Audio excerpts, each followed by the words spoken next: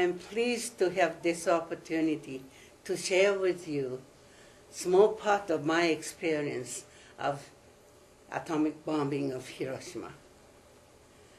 As I was a 13-year-old schoolgirl, and as a member of the student mobilization project, I was assigned to, together with 30 other students, to work at the military headquarters to act as decoding assistant. On August 6, 1945, at 8:15 a.m., I suddenly saw the brilliant bluish-white flash outside the window. I remember the sensation of floating in the air. When I regained the consciousness in the total darkness and silence, I found myself pinned in the rubble of the collapsed building. I began to hear my classmates' faint voices. "Mother, help me. God, help me." Then suddenly, some hands started shaking my left shoulder, and the man's voice said, "Don't give up, keep moving, keep pushing. I'm trying to free you. You see the light coming through that opening. Crawl towards it. Get out of here as quickly as possible." By the time I came out, the debris was on fire. That meant most of my classmates were burned to death alive.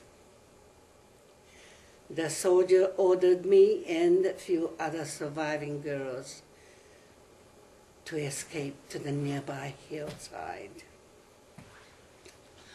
Although it was morning, it was as dark as twilight because of the dust and smoke in the air. I saw streams of stunned people slowly shuffling from the center of the city.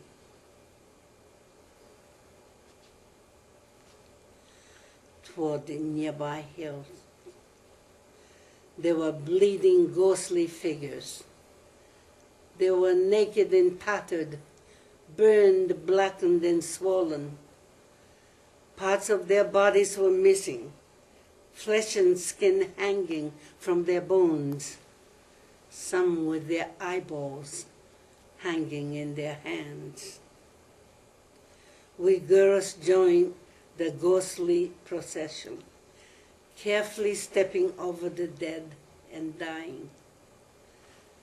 There was deathly silence, broken only by the moans of injured and their pleas for water. At the foot of the hill was the army training ground, about the size of 2 football fields. Practically every bit of it was covered with the dead and injured, who were desperately begging, often in faint whispers, "Water, water, please give me water." But we had no containers to carry any water. We went to a nearby stream to wash the blood and dirt from our bodies. Then we tore off our blouses, soaked them with water, and hurried back to hold them to the mouth of the dying, who desperately sucked in the moisture. We kept busy at this task all day.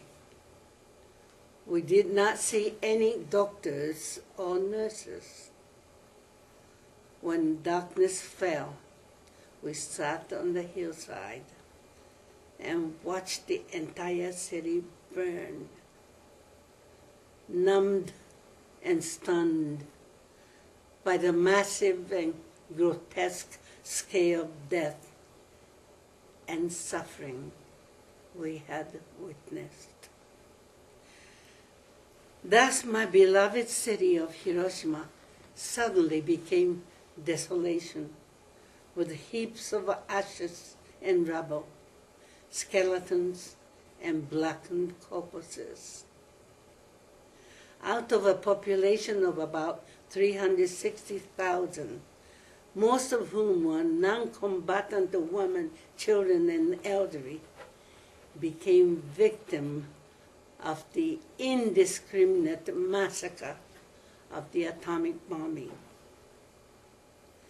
By the end of 1945, approximately 140,000 had perished. And as of present day, about and at least 260,000 have perished because of the effects of the blast, heat, and radiation. My own age group of over 8,000 grade 7 and grade 8 students from all the high schools in the city were engaged in the task of clearing fire lanes in the center of the city. Many of them were killed by the heat of about 7,000 to 8,000 degrees Celsius. Many were simply vaporized.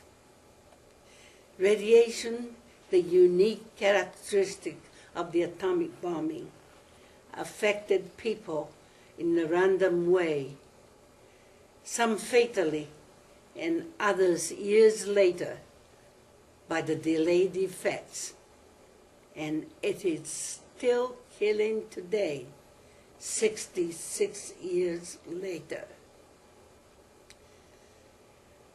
In spite of the characteristic effects of the atomic bombing, the unimaginable defeat of Japan, and the humiliation of occupation by foreign troops, we survivors were able to begin to see the meaning of our survival in terms of historical perspective and global context, and transcend our personal tragedies.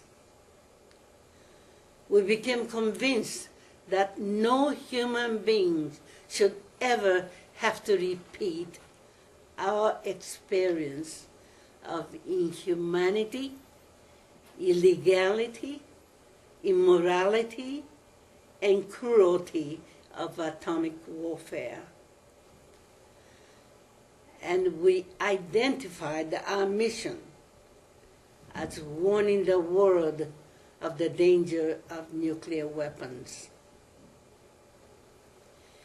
Convinced that humanity and nuclear weapons cannot coexist, and that as the only path to security and the preservation of humankind and civilization for future generations, we have been speaking out around the world for the past several decades for the total abolition of nuclear weapons.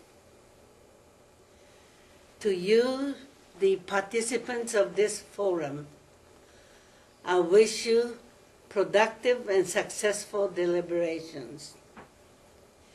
Having struggled for a few decades to introduce disarmament education into the Canadian educational system, I believe it is most urgent and imperative to develop effective disarmament education in a multidisciplinary approach through collaboration among government, educational systems, and the communities. Thank you.